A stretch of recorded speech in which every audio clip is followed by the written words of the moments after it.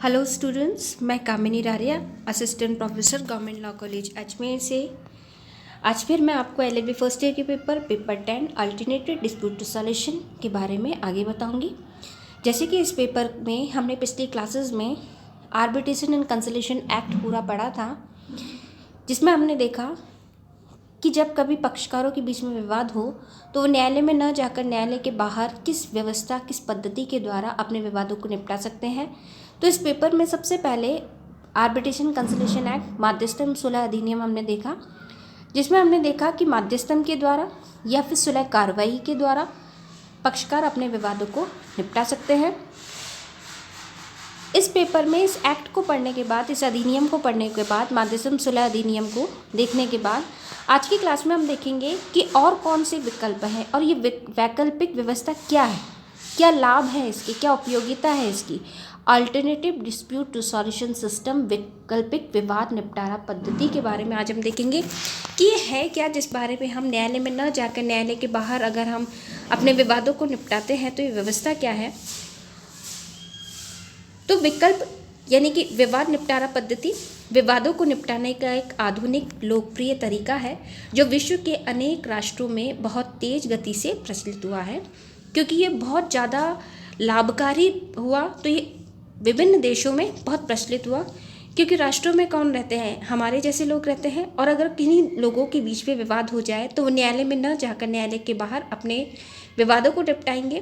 तो ये वैकल्प, बहुत सारे जो विकल्प दिए गए हैं, उन विकल्पों जो हैं विवादों को निपटाने के, वो बहुत प्रचलित हुए हैं। न्यायालय द्वारा विवादों को निपटाने का तरीका बहुत पुराना है। न्यायालय को न्याय का मंदिर माना जाता है। न्यायालय विवादित पक्षकारों के अधिकारों, राइट्स व दायित्वों, ड्यूटीज़ को, लायबिलिटीज़ जो हैं उनको निष्पक्ष रूप से व अंतिम रूप से तय करता है। परंतु न्यायालय की प्रक्रिया वर्तमान में बहुत ही दुष्कर है, पेचीदा है, महंगी है। सामान्य व्यक्ति न्यायालय तक पहुंच ही नहीं पाता। यदि पहुंच भी जाता है तो उससे संबंधित न्यायालय में लटक कर ही रह जाता है। विवाद से संबंधित पक्षकारों की कई पीढ़ियां तक गुजर जाती हैं, परंतु वह न्याय नामक मूल्य उन्हें नहीं मिल पाता। क्योंकि कोर्ट में क्या होता है, न्यायालय में बहुत देरी लगती है, इतनी देरी लगती है कि उसका जो इम्पोर्टेंस है, जो उसकी वैल्यू है, मूल्य, वो होता ही नहीं है, वो समाप्त हो जाता देरी के कारण। इसी तरह न्यायालय की विलंबकारी यानी कि बहुत देरी से और महंगी प्रक्रिया के कारण हर व्यक्ति अपने विवाद को न्यायालय नहीं ले जाकर अन्य विकल्पों के द्वारा अपने विवादों को निपटाना चाहता है, क्योंकि वह जानता है कि न्यायालय में विवादों का अंबार लगा हुआ है। उसके विवाद की सुनवाई में पता ही नहीं कितना समय लगेगा, और जब उसका निर्णय हो भी जाए तो शायद तब तक उस निर्णय की कोई अहमियत ही ना रहे, क्योंकि इतना विलंब हो जाता है, इतनी देर हो जाती है कि अब अगर कोई डिसीजन भी आ जाए तो उसकी कोई इम्पोर्टेंस ही नहीं, अहमियत ही नहीं। इसी कारण से आजकल विवादों को निपटाने के लिए हमारी परंपरागत पद्धति, ट्रेडिशनल सिस्टम जो है, उसको उपयोग में लिए जाने पर जोर दिया जा रहा है। ये पद्धति आपसी इकरार या समझौते की पद्धति है। इसमें सुलह द्वारा आपसी विवादों को निपटा लिया जाता है। इसमें ना तो अधिक समय लगता है और ना ही कोई अधिक खर्च होता है। इस पद्धति का सबसे अधिक प्रयोग व्यापारिक जगत में होने के समाचार हैं, क्योंकि बिजनेस वर्ल्ड में ही सबसे ज़्यादा काम करते हुए कोई डिस्प्यूट हो जाता है तो उसको निपटाया जाता है। चूँकि यह पद्धति आपसी समझौते पर आधारित है और न्यायालय प्रक्रिया के विकल्प के रूप में अपनाई जाती है, इसलिए विवादों को इस तरह आपसी समझौते से निपटाने की वैकल्पिक व्यवस्था का नाम ही विकल्प विवाद निपटारा पद्धति रखा गया है, alternative dispute resolution system. Bharat की हम बात करें तो भारत में मध्यस्थम तथा सुलह अधिनियम 1996 जो हम पढ़ चुके हैं, आर्बिट्रेशन कंसोलिडेशन एक्ट 1996 में विवादों को समझौते से निपटाने हेतु कुछ प्रावधान किए गए हैं। धारा 62 सेक्शन 62 के अनुसार यदि विवाद का एक पक्षकार विवाद को समझौते से निपटाना चाहता है तो उसे अन्य पक्षकार को समझौते के लिए आमंत्रित करना होता है। जब दूसरा पक्षकार अपनी सहमति दे देता है तो वह विवाद आपसी समझौते से निपटा दिया जाता है। समझौते की यह पद्धति भारत के लिए नवीन नहीं है, क्योंकि भारत में तो इस पद्धति का प्रयोग बहुत पहले से ही होता आया है, परंतु इस पद्धति को मान्यता उक्त अधिनियम से ही प्राप्त हुई है। इससे पूर्व हालांकि विभाजन अधिनियम जो पुराना था 1940 भारत में अवश्य प्रचलित था, परंतु इसमें समझौते की पद्धति को पर्याप्त रूप में से महत्व नहीं दिया गया था, क्योंकि जैसे कि मैंने आपको पहले भी बताया है कि जो पुराना अधिनियम था मध्यस्थता अधिनियम 1940 उसमें बहुत सारी कमियां थी, तो उसको महत्व भी नहीं मिला अपना। फिर उक्त इस अधिनियम एक निश्चित क्षेत्र में ही क्रियाशील था, फिक्स एक उसका दायरा था, उस दायरे के बाहर अगर कोई डिस्प्यूट हो जाए तो कोई व्यवस्था ही नहीं थी। फिर भी भारत में औद्योगिक विवादों को निपटाने में समझौता पद्धति की काफ़ी अच्छी भूमिका रही है। श्रमिकों और मजदूरों और मालिकों के द्वारा या इनके बीच में विवाद उनके आपसी समझौते से तय किए जाते हैं, जिससे कि मजदूर सर्वहारा वर्ग मालिकों की तानाशाही का शिकार ना हो। यदि श्रमिक न्यायालय तक जाता है तो न्याय मिलने में उसे इतना विलंब हो जाता है कि उसका अस्तित्व ही मुश्किल में पड़ जाता है।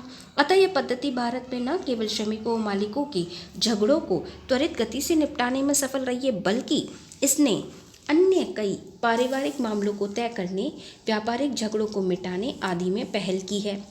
इस पद्धति ने भारत में लोक अदालतों के प्रचलन को अत्यधिक प्रोत्साहित किया है। इस पद्धति ने लोक अदालत, जो हम आगे के टॉपिक्स में पढ़ेंगे, वो भी एक विकल्प है, वो भी ऑल्टरनेटिव है कि न्यायालय में न जाकर और किस तरीके से विवादों को निपटा सकते हैं, तो वो लोक अदालत भी है और ये बहुत इंपॉर्टेंट पार्ट है।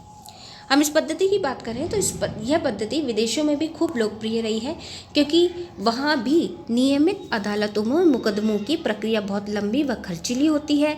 अतः लोग इस प्रक्रिया से दूर भागकर समझौते को ही पद्धति को अपनाने में ज़्यादा पहल कर रहे हैं।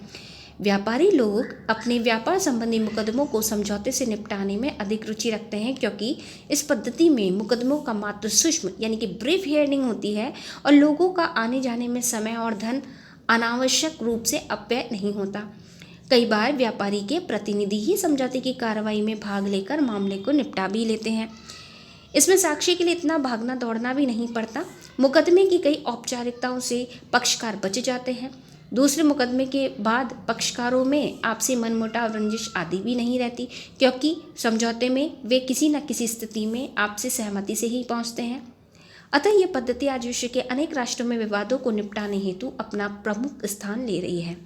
संयुक्त राज्य अमेरिका में इस पद्धति को बहुत महत्व दिया जा रहा है, क्योंकि वहाँ भी न्यायिक प्रक्रिया सूक्ष्म व शीघ्रता वाली व सस्ती नहीं है। यानी यहाँ ये बात क्लियर हो रही है कि चाहे राष्ट्र कोई सा भी हो, न्यायालय की जो प्रोसीडिंग है, न्यायालय कोर्ट की जो प्रोसीडिंग है, न्यायालय की जो प्रक्रिया है, वो बहुत महंगी और बहुत लंबी है, विलंब वाली है, सस्ती नहीं है।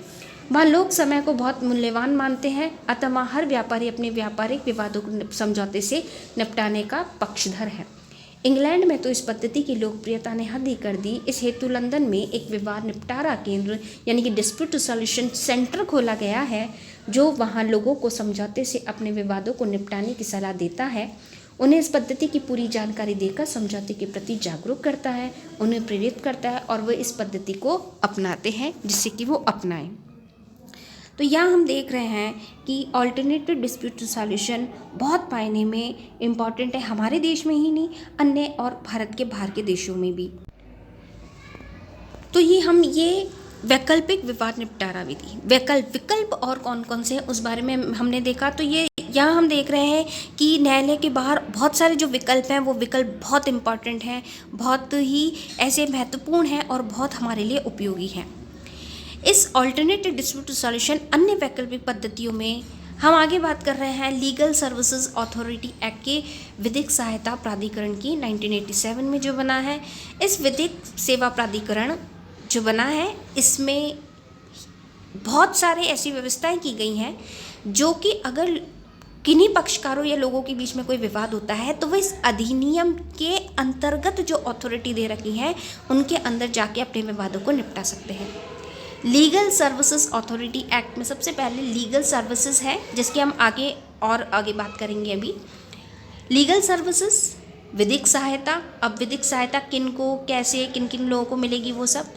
नेशनल लीगल सर्विसेज अथॉरिटी, राष्ट्रीय विधिक सेवा स्टेट लीगल सर्विस अथॉरिटी राज्य विधिक सेवा, डिस्ट्रिक्ट लीगल सर्विस अथॉरिटी जिला विधिक सहायता, taluka legal services authority taluka के स्तर पर, और फिर लोक अदालत। तो यहाँ एक एक्ट बना है लीगल सर्विसेज अथॉरिटी एक्ट, और इस एक्ट में ये सारी व्यवस्थाएं की गई हैं कि जो कोई भी व्यक्ति लीगल सर्विस लेना चाहता है, विधिक सहायता लेना चाहता है, राष्ट्रीय स्तर पर, नेशनल लेवल पर, स्टेट लेवल पर, राज्य स्तर पर, डिस्ट्रिक्ट लेवल पर, जिला स्तर पर, तालुका लेवल पर, तालुका स्तर पर, और लोक अदालत में जाकर भी अपने मामलों को सुलझा सकता है।